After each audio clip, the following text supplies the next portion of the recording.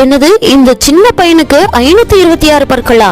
ஆமாங்க, சென்னையை சேர்ந்த இந்த பையனுடைய பேர் தான் நாகராஜ். இந்த பையன் பிறக்கும் போதே வினோதமான பற்களோடும் தாங்க முடியாத வேதனையோடும் இருந்திருக்கான். இந்த பையனுக்கு வலி எப்படி இருக்கணும், பல்ல கட்டிங் பிளேடாட அப்படியே புடுங்கி எடுத்தா என்ன வலி இருக்குமோ அப்படிப்பட்ட வலி அவனுக்கு இருக்குமா. அவனுக்கு 7 வயசு இருக்கும் போது அந்த பற்கள் மிக வேகமா வளர ஆரம்பிச்சிருக்கு. கிட்டத்தட்ட 500க்கும் மேற்பட்ட பற்கள் வளர்ந்துருச்சு. இப்படியே போச்சுன்னா இவனை காப்பாத்த யாராலையும் முடியாது அப்படின்னு பல பேர் சொல்ல ஆரம்பிச்சுட்டாங்க. இவனுக்கு அறுவை சிகிச்சை பண்ணலாம் அப்படின்னா அவங்க அப்பா அம்மாவுக்கு போதுமான வசதிகள் இல்ல.